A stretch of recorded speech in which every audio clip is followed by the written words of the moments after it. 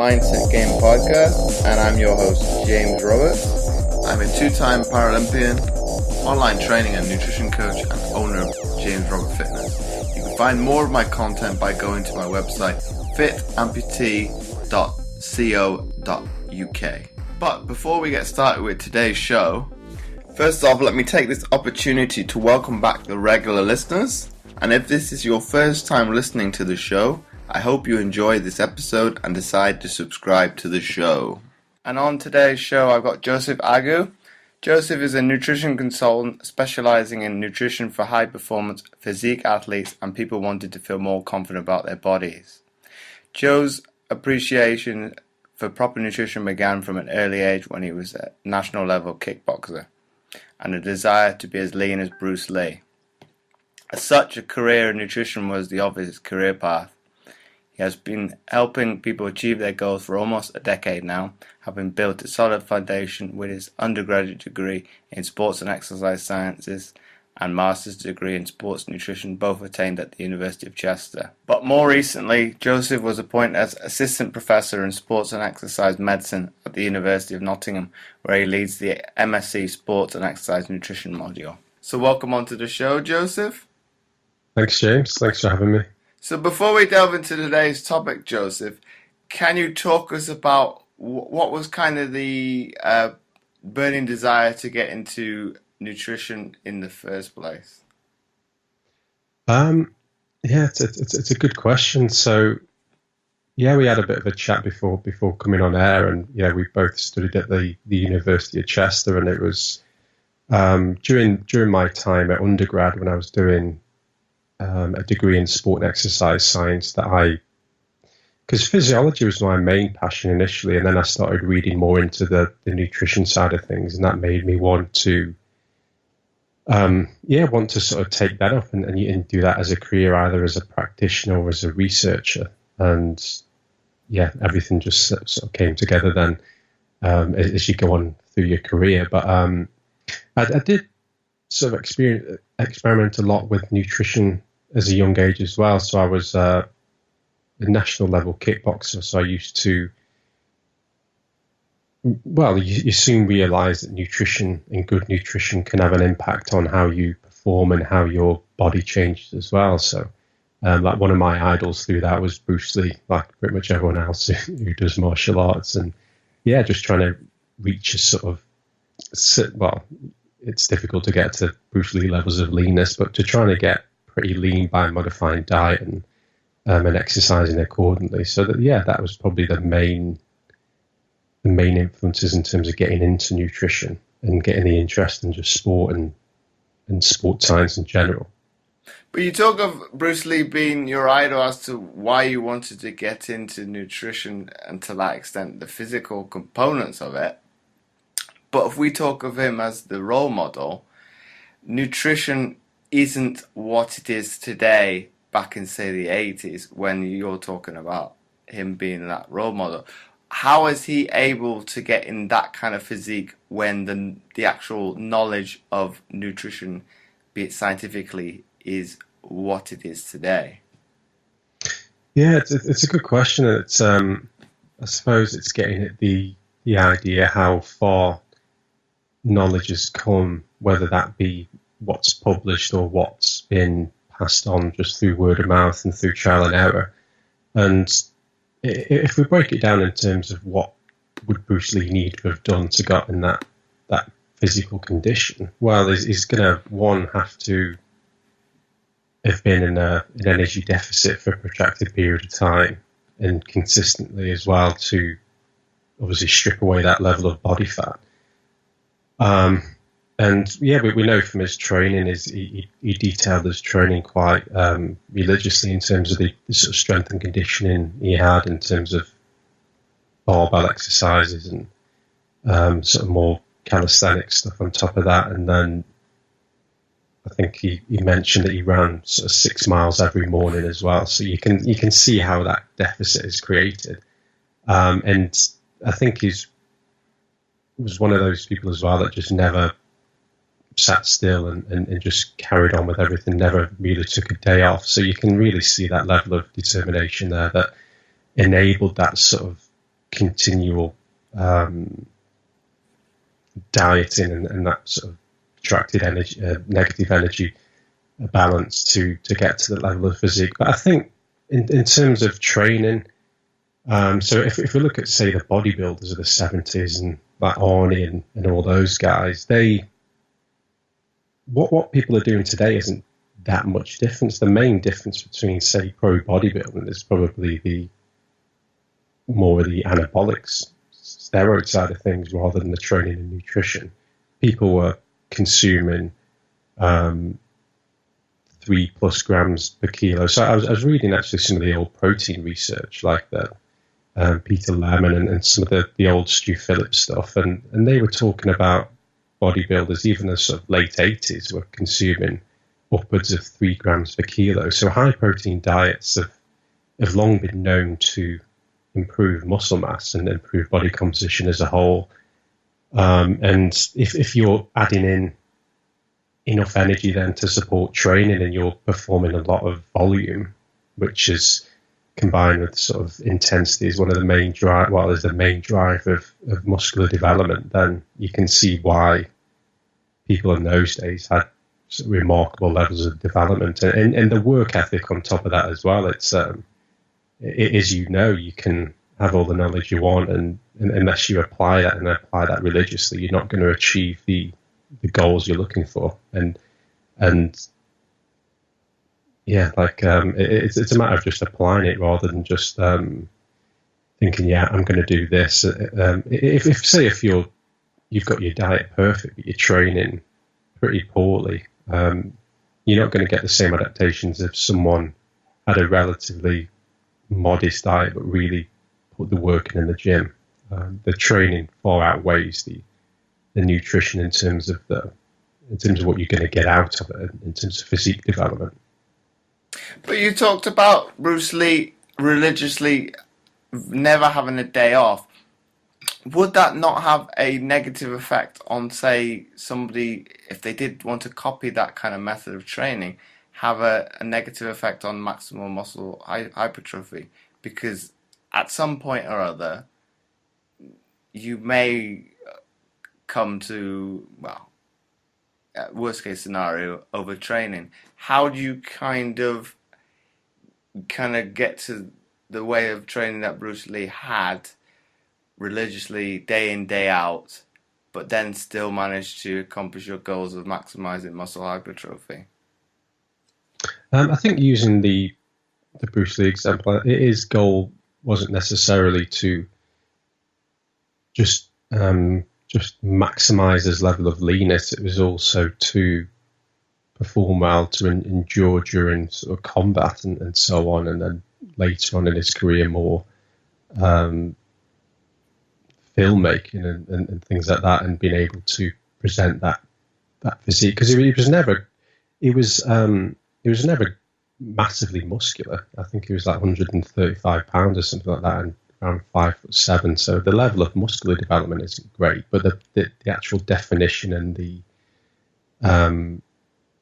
sort of hardness of the muscle was, you could tell it was extremely well developed. But in terms of maximizing things, I think if he was around now, what would be best is if that training level of training was periodized. It's not necessarily my area. I'm more nutrition, but I think, yeah, you can't go all out every day without needing a break. And if you look at athletes and look at yourself, there was you no doubt had to periodize your training throughout the calendar year to try to peak at different, not only peak within that given year, but also peak within a given Olympic cycle and so on. So you can periodize just either your training sort of on the sort of meso macro cycles and so on, so and then ultimately trying to drag that over to a 4-year period. So it's I don't think that's something that Bruce Lee really considered studying his training and things, and what I can remember from reading when I was younger. So, but I think you raised a good point there, Joseph. But then, fortunately for me, back in those days as an athlete, I didn't have to periodize as them, so I was quite fortunate. Whereas nowadays, I'm on the other side of the coin. doing it for the clients themselves, so I can kind of see what difficulties, well, when you were actually within that profession yourself, kind of the constraints you had to actually do at times. You've got to get that fine balance between getting people to peak at the right time, but not pushing them too far. Yeah. I think in terms of, from what I've read about sort of periodization and sort of periodizing training, I think it depends on the level of intensity of training. If you're training well within your recuperative abilities, there's no reason to periodize whatsoever. But it's, if you're going close to 100% week in, week out, there's only so long that your body can take that sort of punishment. So I suppose you do have to step off the gas a little bit then. But it also depends on what you're trying to achieve and what those what the actual sport is, I suppose. But it's an interesting one, and it's probably a conversation to be had with an S&C coach rather than me. I wouldn't want to be schooled on the comments. Well, that's very true. But coming back onto the nutritional side of things now, Joseph, when you're trying to estimate calorific requirements for muscle gain, what surplus is actually optimal? It's a good question, and if we break down nutrition for hypertrophy in general, that's total calories is going to be the most important factor, closely followed by total protein. And the idea, some people have sort of countered this as to say, well, what if you're consuming all the calories but very little protein? Well, in reality, protein scales quite very well with total calories anyway. So the more calories someone consumes. So if you look at an obese American, for example, they'll be consuming a hell of a lot of protein. They'll be consuming well above 150 grams per day, just by default, by the sheer volume of food they're getting in. So, focusing on total calories would be paramount. In terms of the quantity, there's actually no research that I'm aware of that you actually need a surplus to gain muscle. But we know that a deficit does hamper muscle gains or the potential for muscle gains, and that's one of the reasons why protein requirements do go up during a deficit. But having said that, it's probably required, but then the extent of the surplus is going to be, I suppose, dictated by a number of variables. And if we get someone at energy balance, say if someone was wanting to gain muscle and their maintenance calories of 2,500 per day, if we say a 10% surplus, there's every chance that surplus could be eaten up by an adaptation in non-exercise activity. So their new maintenance could be 2,750 just by virtue of increasing their calories, and that sort of opinion really is driven by a study by Levine, I think it was 2001, where they overfed subjects by 1,000 calories a day, and some of them offset that surplus by around 800 calories, whereas some of them didn't really adapt to that surplus at all and just gained the difference in terms of body fat. So the short answer really is we don't know the extent. I think my general go-to is to increase by around 10 or 15% and then see how their body responds to it. So we track weight, we track skin folds, track girth measures, and then keep them on that for say 2 or 3 weeks, see where they are, reassess, and we can further adjust that level of calories depending on how they respond. And I don't think there's a better way of doing things beyond that, because everybody's metabolism is, well, it is going to be unique in terms of people. You can sort of compartmentalize people in terms of people who adapt high, low, and so on. But in general, there's no real way of predicting how somebody's going to respond to a given level of surplus. You've just got to you've got to implement it, see what happens, and then adjust accordingly. I think that would be the main the main outcome, or the main thing that you'd look for. But I think around 10 or 15% would be a good starting point, or maybe even if it is someone who's had a history of not, like, let's say if you've got your typical hard gainer who's always had an issue of gaining weight, and even if they've recorded their intakes and stuff, because it could be the fact that they're over-reporting their intakes and they're not eating enough anyway. But if it's one of those sort of people, then maybe up to around 20% over their sort of estimated maintenance. But yeah, I think the best way is just to try and see how you respond to it, because there's always going to be an error within that estimation anyway. So it's worth just, like I say, adjusting. You saying there, Joseph, when people are accounting for overestimation, well, in this day and age, well, I know there's a complexity of even any fitness app out there. There's people going to get fed up of recording things. But if they can get their self in the right mind frame to be able to record it, I don't know, be it MyFitnessPal or whatever it may be of that nature, would that actually help for them to be able to estimate their maintenance level a little bit better?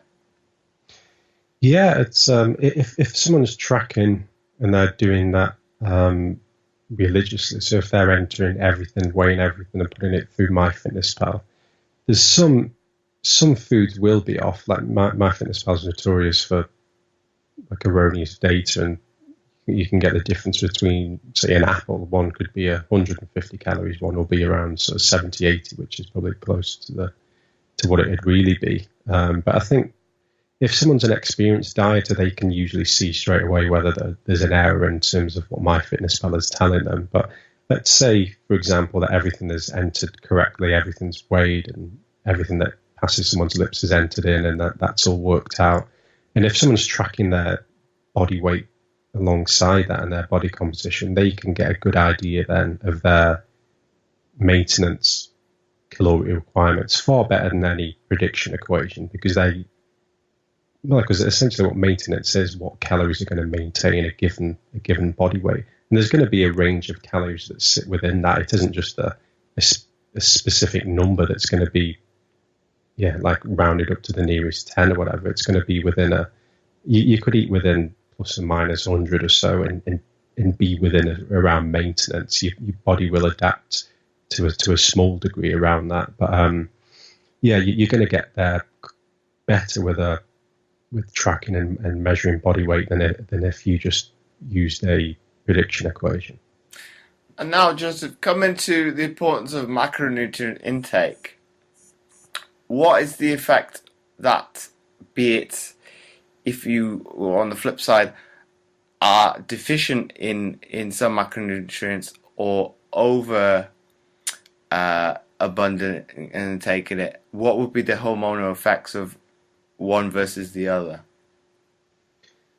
In terms of the hormonal effects, I suppose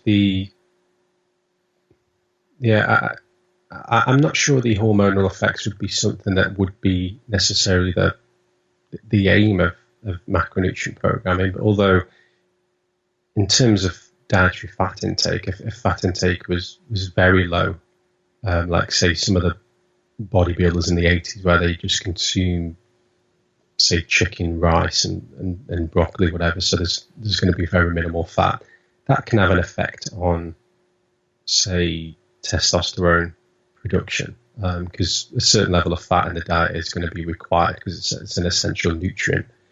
There's probably little chance that a bodybuilder is ever going to be deficient in protein, because that's, if you ask any bodybuilder, their favorite macro is going to be protein, and they can't wait to get out of the gym nowadays with the shakers and so on. So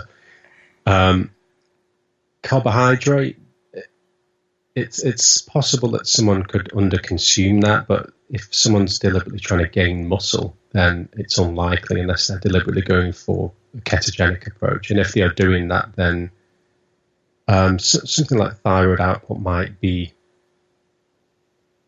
affected to a degree, and just training intensity in general. But I think training intensity would rank higher in terms of concerns with a low carbohydrate diet for a bodybuilder and who wants to gain muscle. I think just assuming protein's high, sort of in the region of around 1.8 to around 2.5 grams per kilo, which is there might not be that much benefit beyond 1.8 unless protein quality is low. So say if they're vegetarian or a vegan, for example. But there's certainly no harm of going up to those sort of regions of protein intake. It makes sure that everything's covered in terms of your bases, and then the rest of the diet would be a fairly balanced split of carbohydrate and fat, probably leaning slightly more towards carbohydrate because that's going to have more use in terms of fueling, training, and so on. The actual fat requirements aren't massively high. But that would be my comments on it.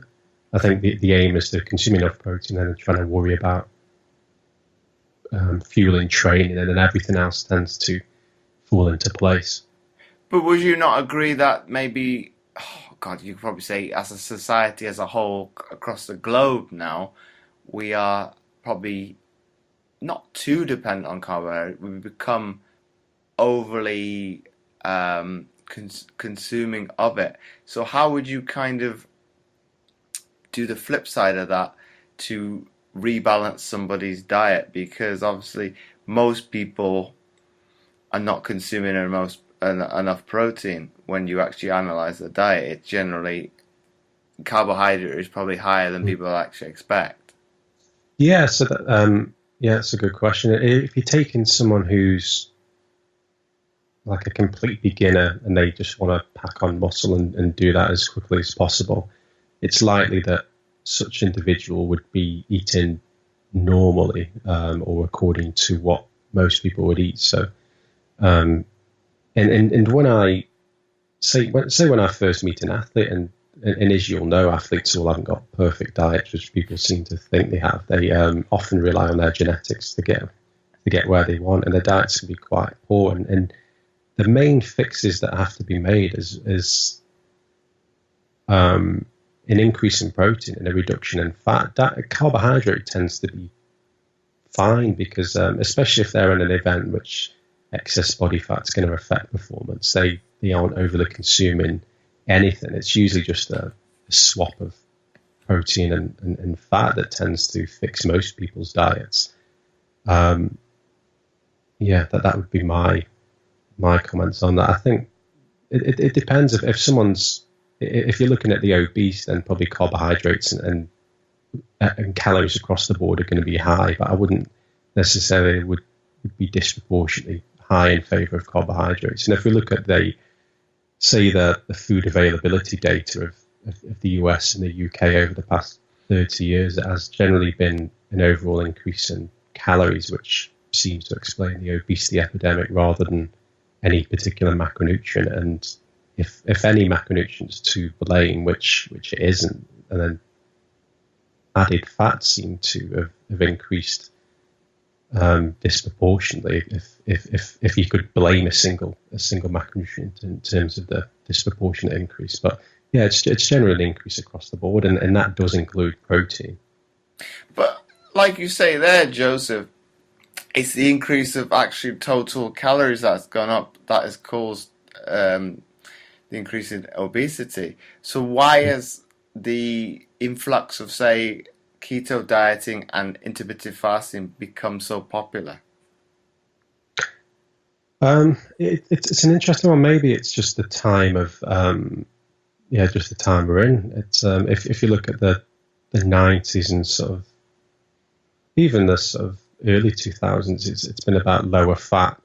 But then if you go back to the 80s, there was the whole Atkins diet, which was essentially a ketogenic diet. High fat, sort of moderate protein, low carb. So it does tend to sort of go around in circles, a lot of these types of diets, because there's only 3 macronutrients, so there's only so much you can do with them, and nobody really recommends low protein.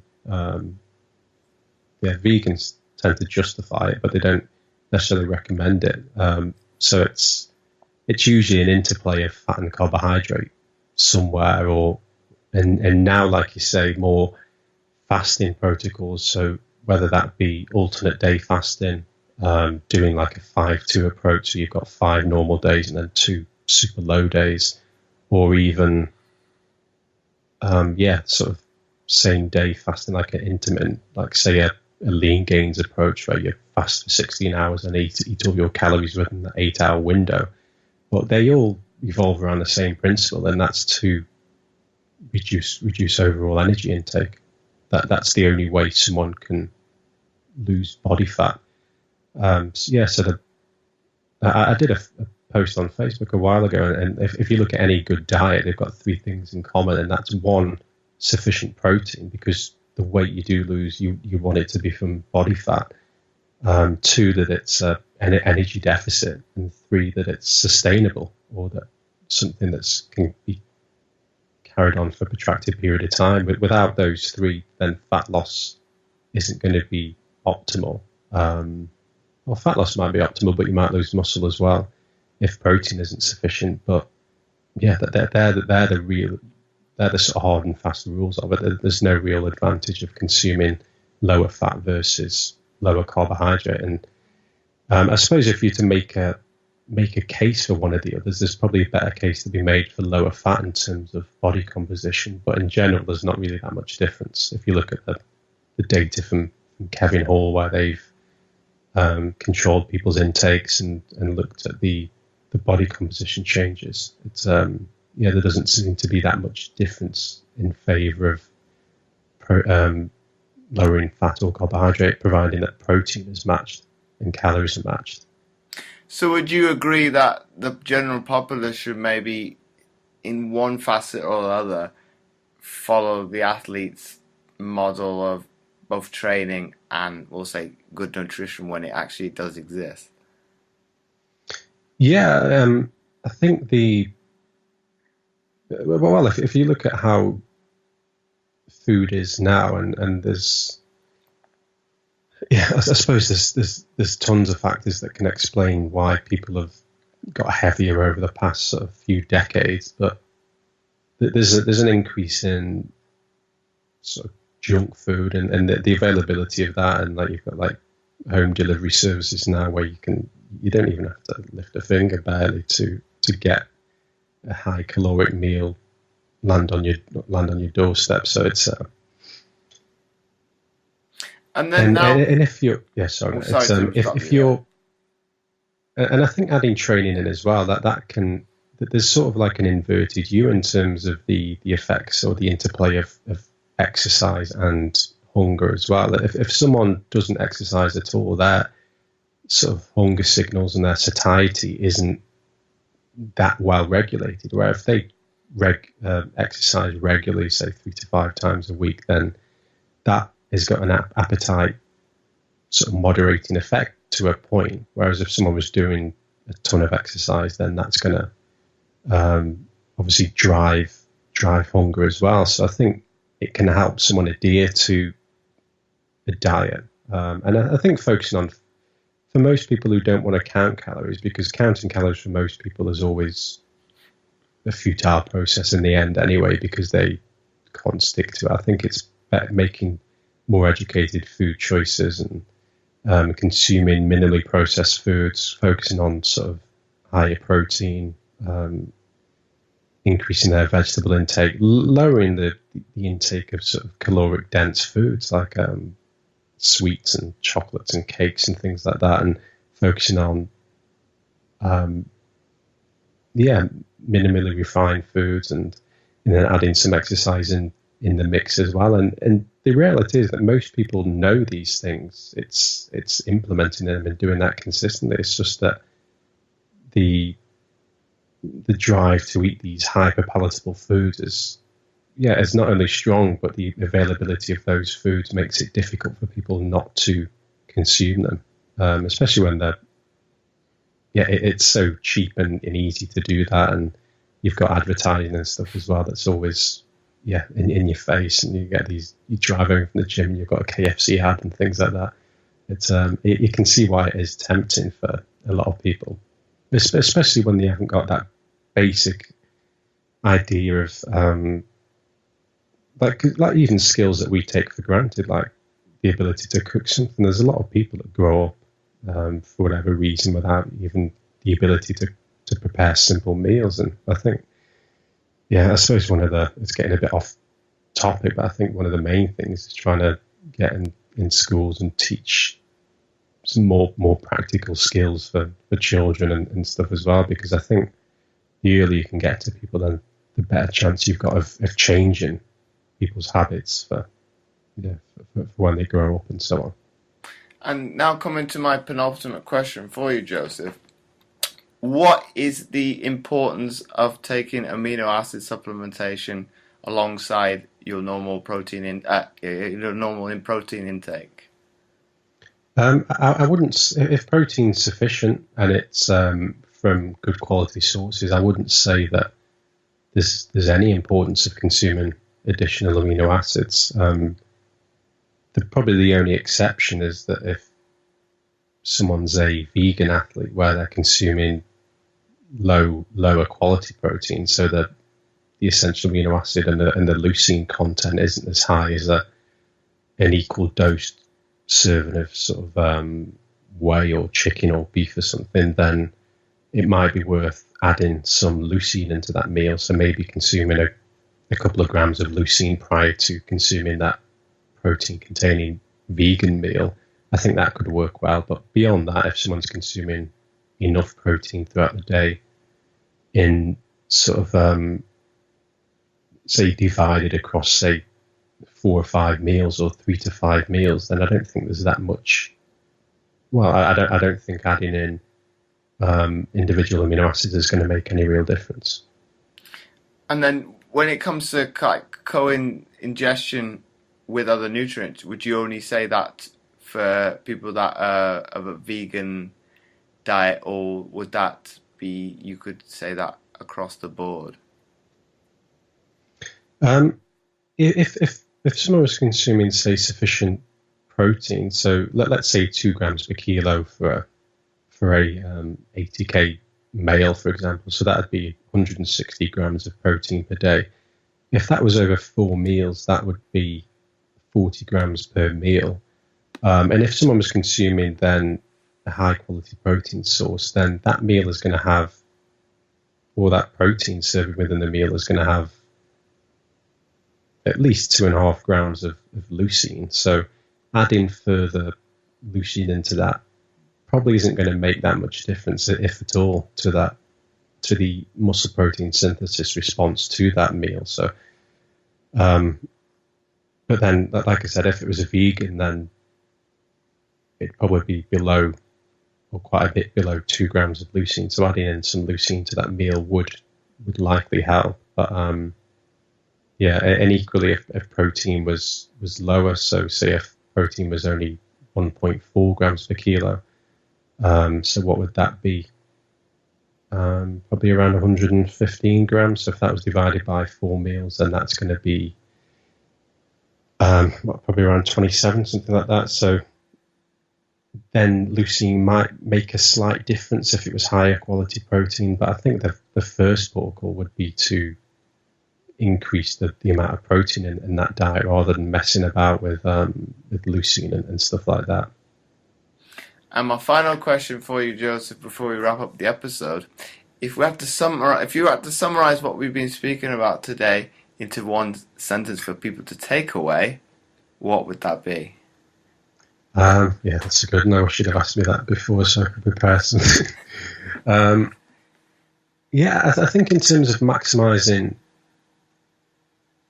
muscle growth, it's important to realize that there's a hierarchy of importance. So the most important thing really is the caloric intake, closely followed by the amount of protein. So if you're hitting those, so if you're consuming a suitable caloric intake, so around 10% plus of maintenance, and consuming around 1.8 to 2.2 grams per kilo of protein, and then you're spreading that evenly across the day, there's not much more you can do outside of training to facilitate that. So that would be my sentence. But one thing on top of that is probably to emphasize the importance of sleep and training on top of that. Nutrition is just one part of the puzzle in terms of that. The most important thing by far is the training, probably followed by nutrition, and then sleep probably underpins a lot of it, because if you're not sleeping well, then the likelihood that you're going to go to the gym and train well is going to be reduced, and the likelihood that you're going to stick to your diet is going to be reduced, and so on. So sleep is an integral part of the process. So once again, Joseph, it's been my pleasure having you on the Mindset Game podcast. No, it's pleasure's been mine, James. I've enjoyed it. Enjoyed chatting to you. And before I forget, I would really appreciate it if you would be so kind as to leave a short written review, as it helps to get the podcast more notoriety, and it would be more visible in future to others, and thus helping more people, which my guests and I are all about. Once again, thanks for listening, and I'll catch you next time for another episode of the Mindset Game podcast.